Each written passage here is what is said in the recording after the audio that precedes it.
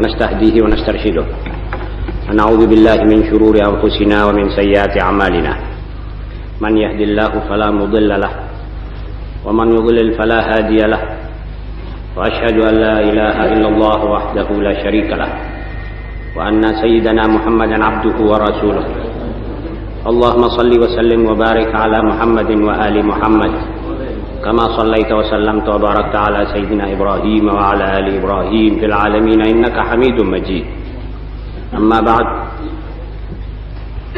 فإن أصدق الحديث كتاب الله وخير الهدي هدي سيدنا محمد صلى الله عليه وآله وسلم وأن شر الأمور محدثاتها كل محدثة بدعة وكل بدعة ضلالة وكل ضلالة في النار.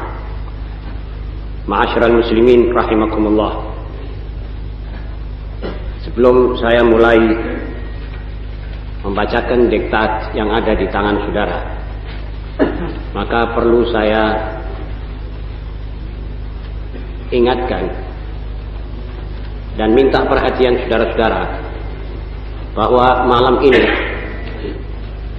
adalah malam tanggal 1 Muharram. Tanggal 1 Muharram. Malam ini adalah tahun baru Hijriah. Tahun baru kita, umat Islam. Tahun baru dari kalender yang ditinggalkan oleh Nabi Muhammad SAW kepada umatnya. Namanya tahun Hijriah. Dimulai dengan bulan Muharram, Safar sampai Dzulhijjah. Jadi malam ini berkat nikmat Allah Subhanahu wa taala kepada kita, bahwa kita malam ini dipanjangkan umur kita untuk melintasi garis tahun baru ini. Sore tadi kita berada pada hari terakhir daripada tahun 1397. Detik-detik ini kita sudah masuk ke dalam tahun 1398 Hijriah. Memang sejarah riwayat umat Islam memilih tahun ini adalah panjang lebar. Jarang orang mengerti dan mengetahui kenapa awal tahun Islam dijatuhkan pada hari awal Muharram. Ini adalah pilihan sahabat Nabi SAW. Dalam pertemuan yang dipimpin oleh Sayyidina Umar Ibn al-Khattab dan Ali bin Abi Talib radhiyallahu ta'ala anhuma, telah dikemukakan oleh para sahabat saran-saran untuk menjadikan permulaan hari itu adalah hari pertama kalender Islam. Ada yang mengemukakan hari kelahiran Nabi SAW dengan argumentasi dan keterangan-keterangan yang jelas. Hari kelahiran Nabi adalah hari kelahiran manusia rahmah. Jadi hari yang kita pilih menjadi hari awal tahun itu, kalau dimulai dengan hari kelahiran Nabi, berarti kita memilih hari kelahiran rahmah.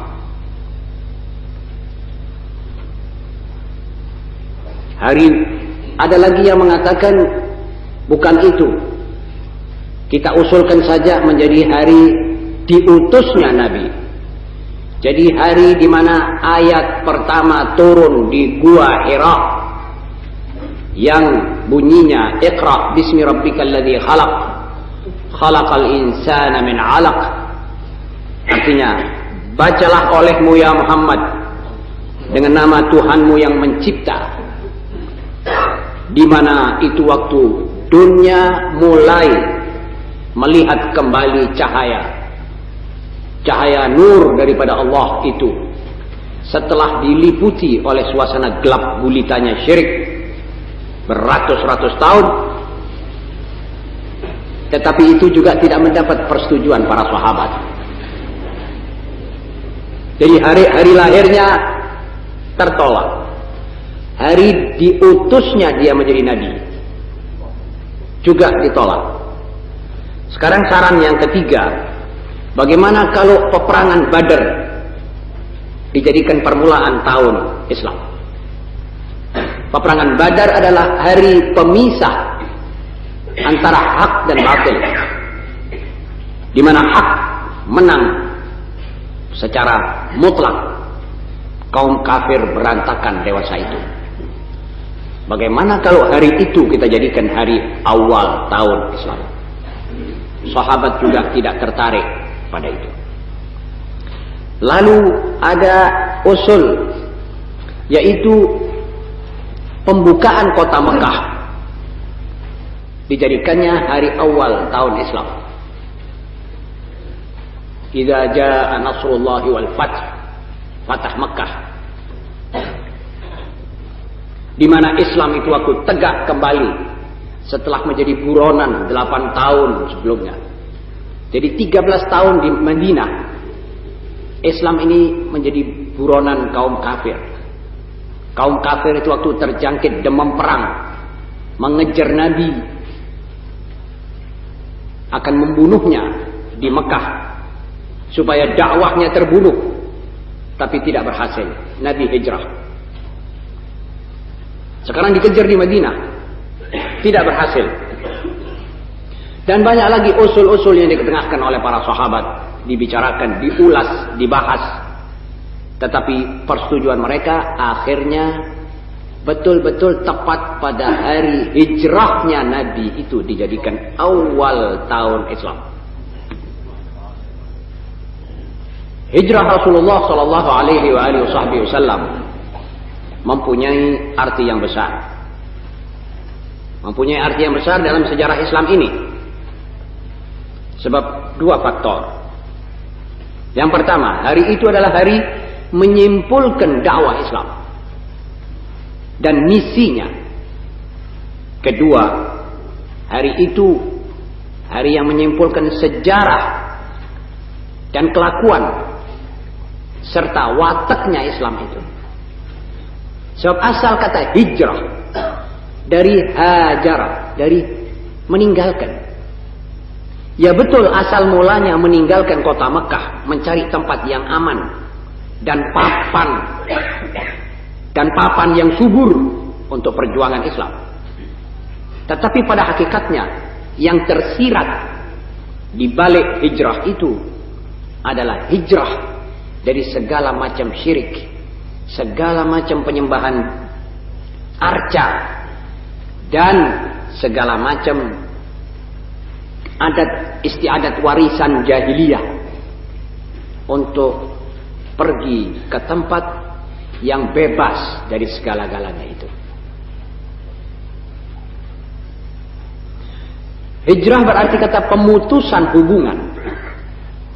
Dari asal urat kata al-hijran wal hajr, itu memutuskan hubungan. Dengan apa?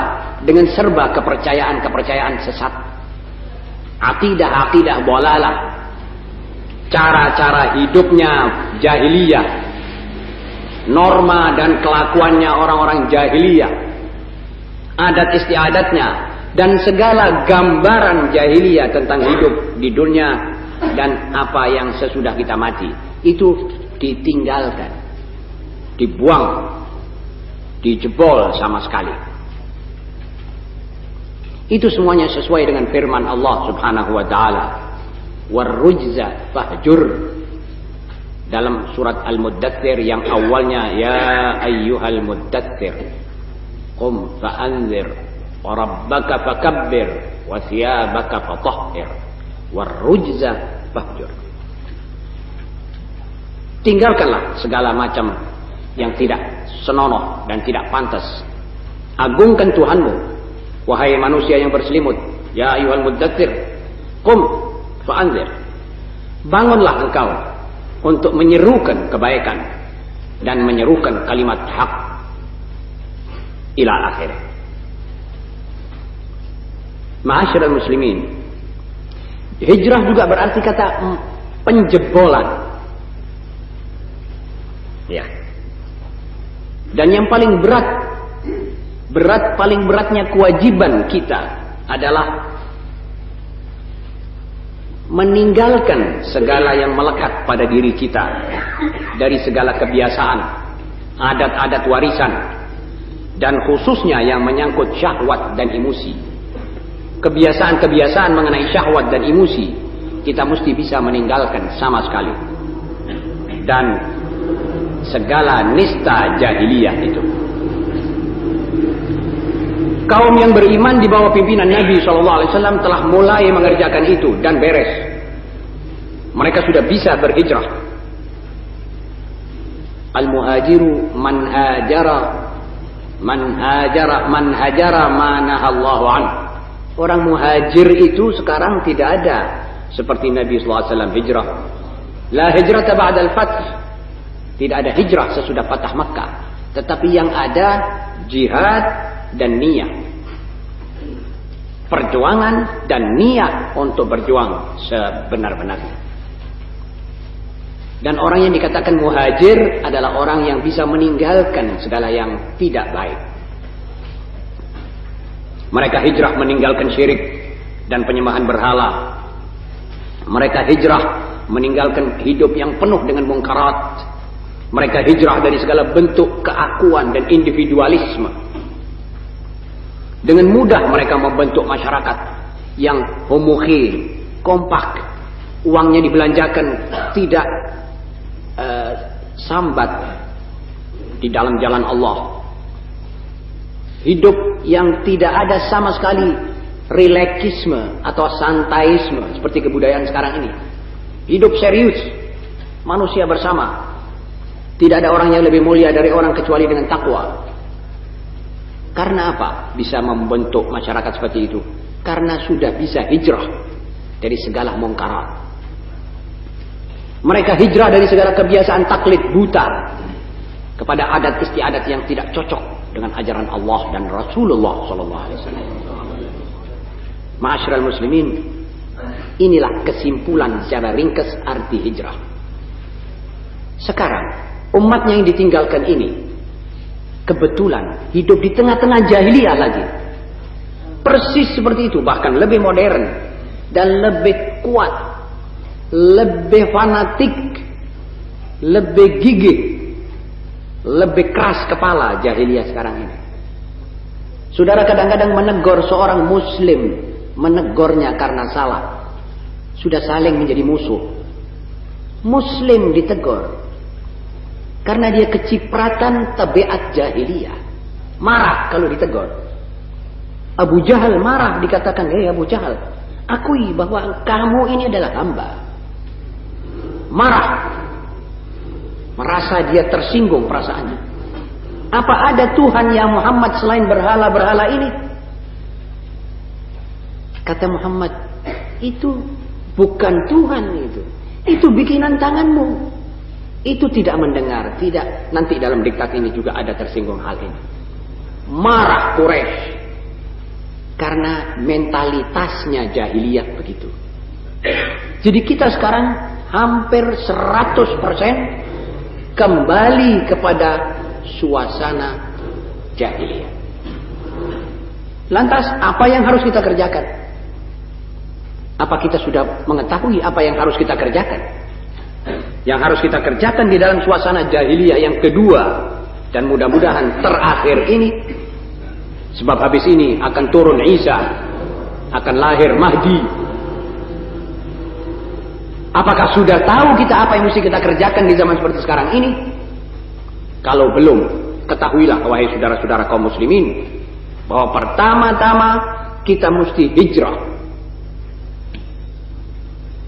Hijrah artinya kita tinggalkan segala kebiasaan dan adat, kepercayaan, undang-undang, peraturan yang tidak cocok dengan ajaran Nabi Muhammad SAW. Pertama-tama harus begitu. Kalau sudah kita meninggalkan itu, Kita warisi ajaran Nabi Muhammad SAW. Kita amalkan sekuat tenaga kita. Nanti secara kita sadari atau kita tidak sadar, masyarakat ini akan timbul. Masyarakat ini merasa spontan, keadaannya lain, hatinya lebih padang, pikirannya lebih jauh, perasaannya tidak gelisah, pemudanya taat kepada orang tuanya, anak-anak kembali ke masjid pada waktu-waktu tertentu dalam ibadah, istri taat pada suami, suami akan kasih sayang kepada istri, ayah akan memerhatikan 100% tentang anaknya, tentang hari depannya anaknya. Bukan cuma melihat memperhatikan tanamannya kalau dia tani, atau dagangannya kalau dia dagang saja, tetapi dia perhatikan anaknya.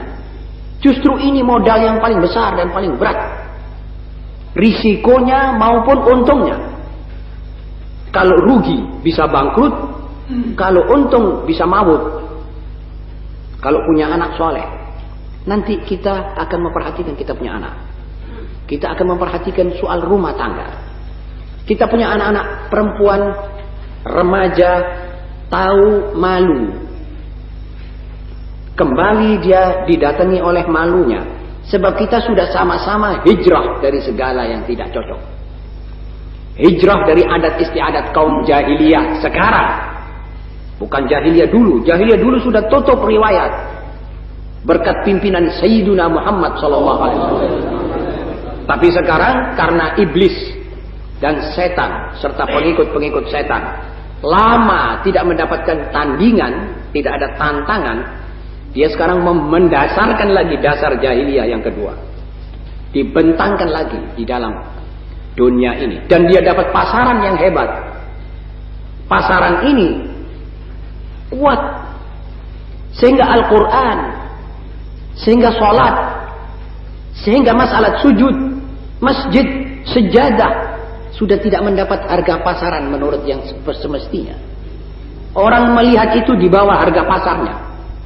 Karena pasar hipis, pasar film, pasar macam-macam tontonan yang membuat orang lahun walaib, pasar mainan, tontonan, gambusan, gitaran, nyanyi-nyanyian, kontes-kontesan, inilah yang diperhatikan orang di zaman ini. Apakah sanggup saudara di dalam hari kita mulai buka malam ini? Sanggupkah kita hijrah dari segala mungkarat? Kalau saudara betul-betul mau mewarisi agama Nabi Muhammad SAW, inilah warisannya. Kenapa saudara cari jauh-jauh? Kenapa orang-orang termasuk juga semua bangsa Islam? Apa Arabnya dan bukan Arabnya? Kenapa mencari paham sosialisme? Mencari paham-paham lain? Dia sudah mempunyai cukup giro untuk menjadikan dia manusia dan umat yang tegak dan kuat di dunia. Inilah kita warisi. Antara lain masalah tanggalan Islam. Umat Islam tidak pernah memakai tanggalan orang lain. Umat Islam tidak pernah menjadi pengemis tanggalan dan kalender asing. Kecuali sejak negerinya dijajah oleh Belanda di Indonesia, oleh Inggris di India, dan di Mesir oleh Prancis menjajah Syria, baru umat Islam itu mengenal tanggal-tanggal Masehi, tanggalnya penjajah. Agustus dari riwayat Raja Agustinus, Mars, dewa Mars, bintang Mars, itu kita tidak kenal itu. Mestinya tidak kenal itu, tapi sekarang kita hanya itu yang kita kenal. Muharram, Safar, Rabiul Awal, Rabiul Tsani tidak ada orang kenal. Juga pada malam ini hendaknya kita populerkan kembali hari awal tahun ini sampai kita akhir tahun. Kita mesti tahu. Kecuali dalam surat-surat resmi yang sekarang menurut pemerintah harus memakai tanggal Masihi, Saudara boleh pakai, tetapi jangan lupa tanggal hijrah harus saudara masukkan. Sebagai muslim, saya punya tanggalan, saya punya kalender, kenapa saya mesti tinggalkan? Itulah salah satu dari catatan ringkes di dalam sejarah permulaan tahun hijrah 1398 yang kita injak malam ini. Jadi kita hijrah dari segala mungkarat. Kalau saudara lihat orang main biliar, saudara jauhi. Saudara lihat bioskop terbuka, saudara jangan masuk pintunya. Masuk pintu masjid dan pintu-pintu yang betul-betul akan saudara mendekatkan saudara dengan Nabi Muhammad SAW. Setidak-tidaknya dengan ajarannya, setidak-tidaknya dengan napas kaum sahabat dahulu. Hijrahlah dari segala mungkarat. Baru nanti saudara akan rasakan nikmatnya menjadi umat Muhammad SAW. Sekarang kita tidak bisa maido, tidak bisa menyalahkan Muhammad SAW. Siapa yang salah ini? Sebenarnya kita, umatnya yang tidak pernah mengamalkan segala-galanya. Malah kita warisi hukum kebudayaan jahiliyah ini. Sedang kebudayaan jahiliyah dalam keadaan sekarat. Membonceng orang yang sekarat tidak akan dibawa kepada arah hidup yang bahagia, dibawa kepada maut. Orang sudah sekarat. Kalau kita gandoli dari belakang, kita akan diseret ke kubur sama dia. Sudah jelas. Karenanya, ma'asyiral muslimin, marilah kita dengan pikiran yang tenang kembali berjanji kepada Allah supaya kita diberi taufik untuk mengamalkan dan menjauhi segala mungkarat. Untuk ini baiklah sekali kita berdoa. Saya membaca doanya, saudara ucapkan amin saja. Alhamdulillahirabbil alamin. Allahumma shalli wa sallim wa barik ala Muhammad wa ali Muhammad. Allahumma inna nastaghfiruka innaka kunta ghaffara. Allahumma inna na'udzubika minadz dzunub allati tujibu an-niqam wa na'udzubika minadz dzunub allati tujibu taghyiran ni'am. ونعوذ بك من الذنوب التي تهتك العصم ونعوذ بك من الذنوب التي تمنع غيث السماء ونعوذ بك من الذنوب التي تذل الأعز وتدلل الأعداء اللهم اغفر لنا ولوالدينا وأولادنا ومشائخنا ومن أحسن إلينا ولأصحاب الحقوق علينا ولسائر المؤمنين والمؤمنات اللهم ألف بين قلوبنا وأصلح ذات بيننا واهدنا سبل السلام ونجنا من الظلمات إلى النور وجنبنا الفواحش ما ظهر منها وما بطن وبارك لنا في أسماعنا وأبصارنا وقلوبنا وأزواجنا وذرياتنا وتب علينا إنك أنت التواب الرحيم واجعلنا شاكرين لنعمك مثنين بها قابليها وأتمها علينا اللهم آمنا في أوطاننا ودمر أعداءنا وكل من أرادنا بسوء يا من يجبر الكثير ويغني الفقير ويهدي السبيل ربنا لا تزغ قلوبنا بعد إذ هديتنا وهب لنا من لدنك رحمة إنك أنت الوهاب ربنا ظلمنا أنفسنا وإن لم تغفر لنا وترحمنا لنكونن من الخاسرين ربنا أتمم لنا نورنا واغفر لنا إنك على كل شيء قدير وصل وسلم وبارك يا ربي على محمد وآله وصحبه سبحان ربك رب العزة عما يصفون وسلام على المرسلين والحمد لله رب العالمين. Ma'asyiral muslimin, sesudah ini marilah kita lebih dahulu sebelum kita mulai pada membacakan diktat yang ada di tangan saudara, saya sarankan kali ini dibaca pertanyaan-pertanyaan yang masuk lebih dahulu untuk saya jawab. Silakan.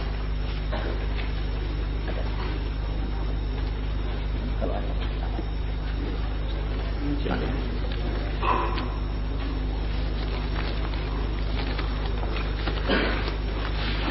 Silakan.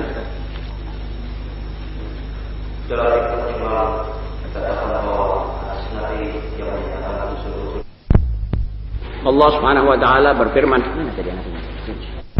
pertama yaitu ayat yang menyangkut Nabi Allah Ibrahim. Dikala beliau berdialog dengan ayahanda beliau yang juga masih belum menerima ajaran tauhid, masih menyembah berhala. Kesimpulan dari riwayat ini adalah gigihnya seorang tokoh muda menghadapi keluarga dan diambil lebih dahulu dari ayahnya. Kepala keluarga pemuda ini masih menganut faham animisme atau faham yang tidak bersifat tauhid. Maka daripada itu Ibrahim menghadapi ayahnya dengan kata-kata yang jelas, gamblang, dan tidak tedeng aling-aling, namun penuh mempunyai arti keanaan kepada ayah. Jadi tidak ada sifat yang melanggar kesopanan terhadap orang tua. Beliau berkata dalam ayat yang asal mulanya, "Wadhkur fil kitabi Ibrahim." Allah SWT berfirman, "Hei Muhammad, ingatlah di dalam kitab tentang Ibrahim." Sebenarnya dia seorang siddiq dan nabi. Dikala ia berkata, "Idh qala li abihi ya abati." Dikala Ibrahim berkata kepada ayahnya, "Wahai ayahanda, mengapa engkau menyembah sesuatu yang tidak mendengar, tidak melihat, dan tidak berguna sesuatu kepadamu? Apa hikmah dan latar belakangnya engkau sembah berhala yang tidak mendengar, tidak melihat, dan tidak berguna sesuatu pun ini? Apa latar belakang?" Ya sudah jelas manusia dipepet dengan pertanyaan begini, sudah terang akan kewalahan menjawab. Kalau dia memang bisa menjawab, ya paling banter dia bilang, "Ya sudah, nenek moyang kita nyembah ini." Itu toh. Dan ini bukan jawaban yang bisa diterima. Ini adalah suatu pengelaan dialog dan pengelaan tanya jawab menggunakan logika. Sebab Ibrahim ini juga termasuk keistimewaannya adalah ahli debat. Waktu menghadap Fir'aun di zamannya, dia bilang, kata Ibrahim, "Saya menyembah Tuhan yang bisa menghidupkan dan mematikan." Kata Fir'aun di zamannya, "Aku juga bisa menghidup dan mematikan." Artinya yang saya tinggalkan ya saya hidupkan, yang saya matikan saya bunuh. Saya bisa menghidup dan mematikan. Ibrahim tanya lagi, "Oh, kalau begitu Tuhan kami menerbitkan matahari dari timur, coba terbitkan dari barat." Qala fa inna Allaha ya'ti bisyamsi minal masyriq fa'ti biha minal maghrib fabuhital ladzi kafar. Maka bungkemlah orang yang congkak tadi itu. Jadi Ibrahim ini termasuk ahli debat. Pertama ayahnya ditanggapi. Apa latar belakang ayah menyembah sesuatu makhluk atau benda yang tidak mendengar, tidak melihat, tidak berguna ini? Disusul lagi dengan ayat. Dengan kata-katanya, "Ya abati, inni qad ja'ani minal ilmi ma lam ya'tika. Fattabi'ni ahdika siratan sawiyya." Ini dalam ayat-ayat, ini rentetan ayat-ayat. Saya tidak sebut semuanya supaya tidak memakan banyak tempat. Nanti saudara bisa pelajari di rumah. Dia bilang, "Wahai ayah, saya ini menerima wahyu. Menerima sesuatu yang engkau tidak menerimanya. Inni qad ja'ani minal ilm." Saya menerima ilmu, pengetahuan melalui wahyu yang engkau tidak menerima itu. Ikutilah aku. Aku akan ajak engkau, wahai ayah, jalan kepada satu jalanan yang baik, lurus. Disusul lagi, "Ya abati la ta'budi syaitan.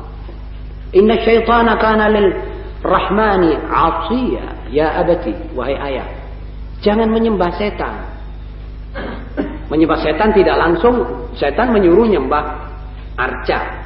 Arca itu adalah aturan dan ajaran setan. Jadi dia menyembah setan, mengikuti setan. Katanya jangan menyembah setan. Setan itu adalah paling durhaka kepada Allah. Ayahnya diam. Disusul lagi. Ya abati inni akhafu an yamassaka adzabun minar rahman fatakuna lisyaitani waliya. Saya ini sebenarnya abah, ayah, khawatir engkau nanti akan terkena siksa daripada Tuhan. Kalau engkau terus menerus menyembah arca, tidak kembali kepada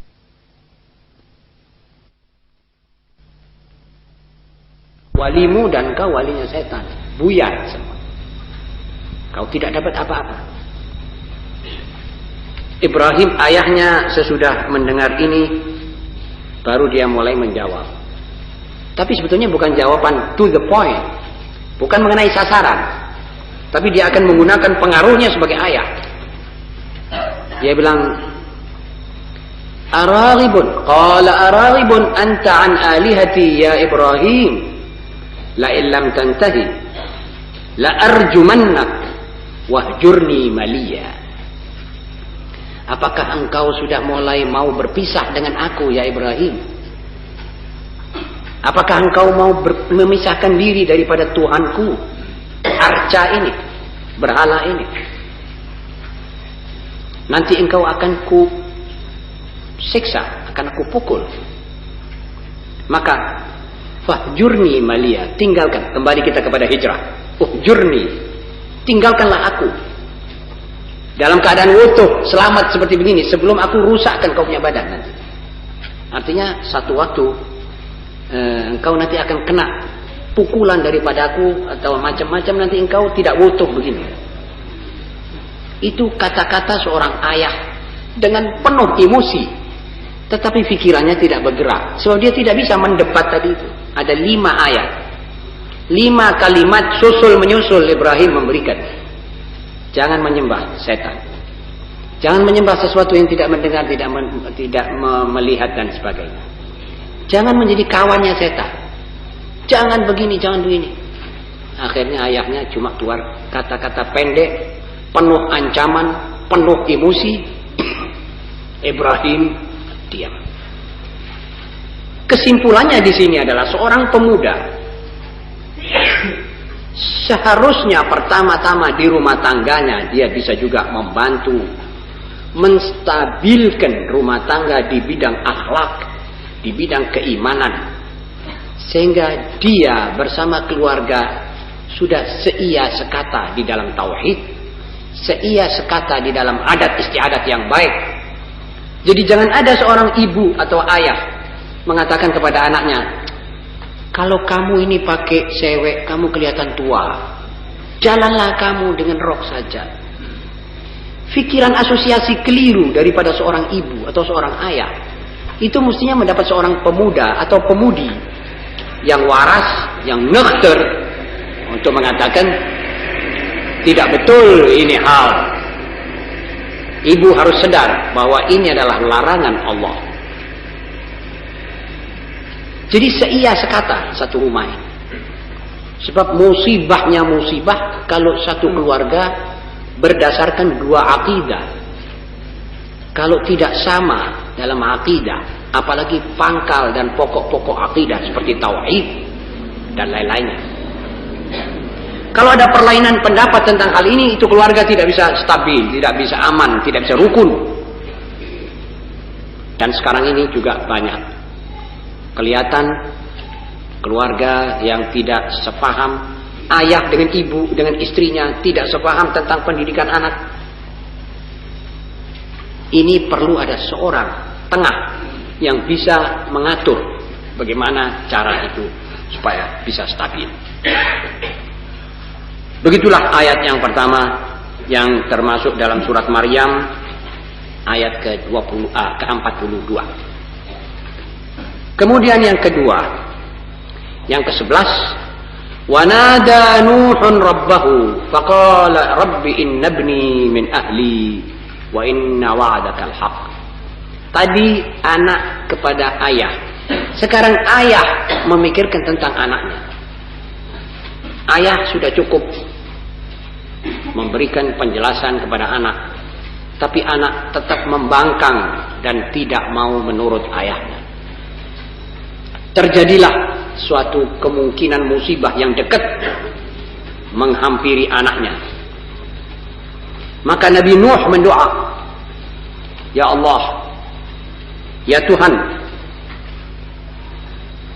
ini anakku dari keluargaku dan janjimu itu adalah benar. Bagaimana anakku sekarang ya Allah akan hanyut, akan ditelan oleh air banjir yang begitu besar. Janjimu akan menyelamatkan keluargaku.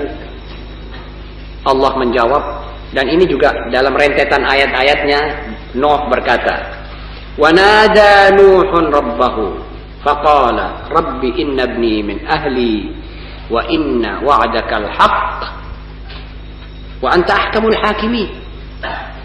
Qala ya Nuh innahu laysa min ahlik innahu amalun ghairu salih. Nuh, sebetulnya itu bukan anakmu, itu bukan daripada keluargamu yang kujanjikan akan kuselamatkan.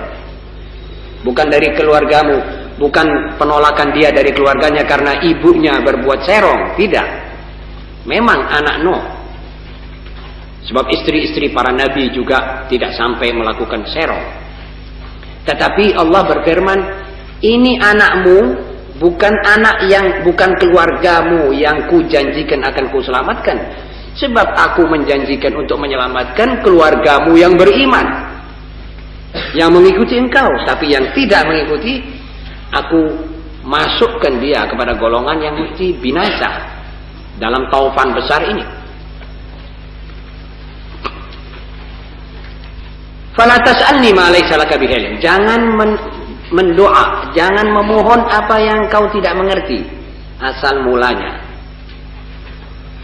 Inni a'idzuka an takuna minal jahili. Aku nasihati engkau tidak menjadi daripada golongan orang yang jahil. Kemudian Nuh mengangkat tangannya sekali lagi. Tetapi kali ini tidak bicara tentang anaknya untuk minta diselamatkan, sebab dia sudah tahu apa jawaban Allah tentang anak ini. Dia cuma minta maaf. Rabbi inni a'udzubika an as'alaka ma laysa li bihi ilm wa illa taghfirli wa tarhamni akun minal khasirin. Ya Allah, saya mohon ampun dan taubat tentang pertanyaanku tadi yang saya tanyakan tanpa pengertian asal mulanya. Sekarang sudah jelas, dan berilah aku kasih rahmat, sebab jika tidak engkau berikan aku rahmat, aku akan menjadi orang yang rugi. Ini riwayat Nuh dengan anaknya. Sekarang kesimpulan ini bahwa hubungan antara orang anak dengan ayah itu harus dititik beratkan atas dasar akidah. Hubungan darah itu kedua, hubungan akidah yang pertama.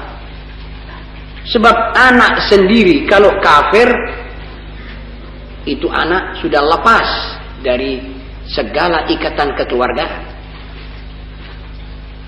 Kalau anak itu murtad, kalau seorang muslim sholat 5 waktu, anaknya masuk PKI, putus hubungan dengan ayah.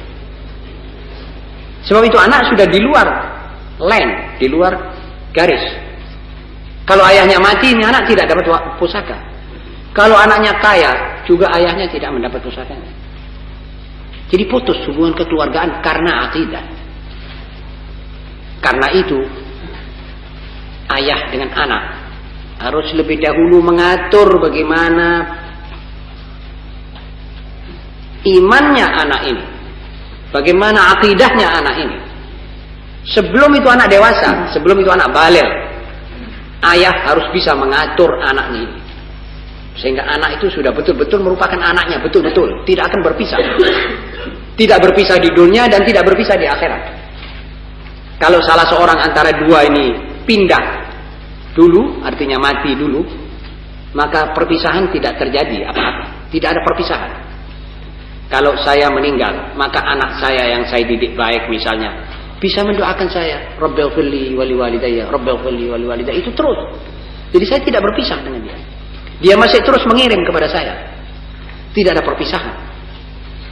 Sebaliknya kalau saya kejar dia untuk mendapat satu titel sarjana, tetapi saya tidak didik akhlaknya, tidak didik imannya, tidak didik karakternya, dia dapat sarjana, dia putus dengan saya. Manfaat kesarjanaannya dia ambil sendiri, tetapi saya tidak dapat pahala apa-apa. Ini bedanya. Jadi orang yang mau mengatur anaknya supaya tidak berpisah di dunia dan tidak berpisah di akhirat, lebih dulu akhlaknya, agamanya, imannya, tauhidnya harus sama dengan ayat. Harus diatur. Tauhid tetap. Nah, lantas kalau dia mau disalurkan kepada ilmu pengetahuan umum sampai menjadi sarjana, itu lebih baik. Tapi akhlak, iman sudah terjaga sepenuhnya. Saudara-saudara, sekarang kita kembali pada ayat yang ke-12. Wa daraballahu mathalan lil ladzina amanu imra'ata fir'aun id qalat rabbi ibni li 'indaka baitan fil jannah. Asal ayat ini adalah 2 ayat. Semuanya menyebut tentang perempuan, 3 perempuan. 2 kafir, 1 mukmin. Jadi pertama, daraballahu mathalan lil ladzina kafaru imra'ata Nuh wa imra'ata Lut kanata tahta 'abdaini min ibadina salihaini fakhanatahuma falam yughniya 'anhuma min Allahi syai'an wa qila adkhulan nar ma'ad dakhilin. Allah memberi perumpamaan buat orang-orang yang kafir, 2 orang perempuan, 2 istri Nabi. Yang satu istri Nabi Allah Nuh, yang satu istri Nabi Allah Lut. Namun 2 hambaku yang saleh yaitu Nuh dan Lut ini tidak mempengaruhi apa-apa. Mereka tidak dapat keuntungan apa-apa dari pergaulan dengan Nabi ini. Keluarganya, istrinya, tetapi tidak mendapat manfaat apa-apa. Tidak mendapat barokahnya Nabi ini sebab tidak beriman dengan Nabi. Mengkhianati, fakhanatahuma. Ini juga khianat yang bukan khianat berarti berlaku serong, mengkhianati suami, tidak. Mengkhianati akidahnya dan imannya suami yang disebarkan sebagai nabi. Ini satu pengkhianatan yang besar. Mengkhianati akidah lebih besar dari segala pengkhianatan. Istrinya Lut, kalau Nabi Allah Lut ada tamu, dia keluar dari belakang mengundang orang-orang yang berbuat mesum itu, supaya nyerbu rumahnya Nuh, berbuat homoseksual dengan tamu-tamu Nabi Allah Lut. Itu kaum Lut yang pertama menyebarluaskan aturan dan perbuatan homoseksual, laki bersetubuh dengan laki, maaf. Itu disiksa oleh Allah SWT, sebagaimana tersebut dalam Al-Quran. Ini istrinya khianat, mengundang orang. Dan istrinya Nabi Allah Nuh juga tidak mengimankan dia. Jadi dia nanti keluar mengatakan suaminya itu Nuh sudah gila, menyebarluaskan berita-berita yang tidak betul terhadap suaminya. Jadi Nabi Allah Nuh kewalahan menghadapi ini, istri sendiri. Jadi dekatnya kedua perempuan Nuh dan perempuannya Lut dengan nabi-nabi ini tidak ada artinya sama sekali, tidak membawa apa-apa. Jadi jangan dikira kalau sudah dekat dengan nabi itu ada barokahnya, belum tentu. Kalau tidak beriman, kalau tidak beramal, kalau tidak beraturan sebagaimana yang diajarkan. Kita pun juga kalau cuma mengaku umat Muhammad SAW, tapi perbuatan kita berlainan dengan ajaran Nabi Muhammad SAW, maka kita tidak akan dapat barokahnya ajaran ini. Jelas sekali ini harus diindahkan dan dipercayai sejelas-jelasnya. Ma'asyiral muslimin, 2 ayat sudah kita baca, dan maksudnya ada 3 perempuan. Yang satu beriman, istrinya Fir'aun. Istri Fir'aun itu tidak terpengaruh oleh dekatnya dia dengan Fir'aun. Dia tetap menyembunyikan imannya. Waktu istri daripada penjaga harta benda Fir'aun, khazin Fir'aun, itu menyisiri anaknya, lalu sisirnya jatuh. Lalu itu perempuan menyebut nama Allah. Ditegur oleh anak Fir'aun, perempuan. Mengatakan, apa kau punya Tuhan selain dari ayahku? Dia bilang punya. Rabbi wa Rabbukillah. Dikatakan pada ayahnya, akhirnya disiksa. disiksa sampai anaknya disembelih di hadapannya. Yang satu dimasukkan dalam periuk api untuk dibakar di mukanya. Itu tetap istri Fir'aun melihat ini dan melihat akhir hayat perempuan yang sudah mati ini, dia mimpi melihat tempatnya ini perempuan di jannah. Lantas dia bilang, Rabbi ibni li indaka baitan fil jannah. Baru beriman istri Fir'aun. Setelah beriman, menyembunyikan imannya. Dan iman ini terus disembunyikan. Sampai akhirnya terbongkar juga. Dan disiksa juga oleh Fir'aun. Dan seketika disiksa, dia tertawa. Fir'aun noleh kepada anak buahnya dan tukang sihirnya. Lihat ini perempuan, gila. Saya sekarang mau siksa, dia masih ketawa. Kata ahli tafsir mengatakan, karena perempuan ini sekarang sudah diperlihatkan oleh Allah tempat yang dia minta di surga itu sudah disiapkan. Rabbi ibni li indaka baitan fil jannah. Istri itu biasanya emosional. Tapi ayat-ayat ini menggambarkan bahwa di dunia ini ada kaum istri yang kuat imannya. Siapa bilang bahwa istri itu mudah terpengaruh? Tidak betul, tidak semuanya cocok. Ini sekarang terbukti dalam Al-Quran bahwa istri Fir'aun sudah top itu Fir'aun. Kenapa dia bisa beriman dan tetap pada beriman sampai disiksa oleh suaminya? Dia meninggalkan takhta kerajaan untuk minta pada Allah kerajaan nanti di akhirat. Dan betul-betul sebelum dia mati disiksa itu, dia melihat satu tempat yang tidak bisa dibayangkan oleh pikiran manusia, dan dia tersenyum melihat itu. Orang sekitarnya mengira dia sudah gila, tapi dia tidak tahu apa di balik layar gaib. Dia sudah melihat apa yang diminta oleh Allah, yaitu rumah. Ini dia rumahmu, sudah kusiapkan di surga. Boleh kamu angkat, boleh engkau pergi kepadaku sekarang. Ini tempat. Begitulah balasan orang-orang yang saleh. Ma'asyiral muslimin, saya kira sisanya bisa kita baca di waktu yang akan datang. Saya juga sudah mulai capek dan saudara-saudara sudah mulai capek mendengar. Mudah-mudahan kita semua mendapat manfaat daripada pengajian malam ini. Dan malam hijrah, malam 1 Muharram ini juga malam tahun baru kita, mudah-mudahan menjadi tahun pertemuan yang baik terus. Ya Rabbana da'na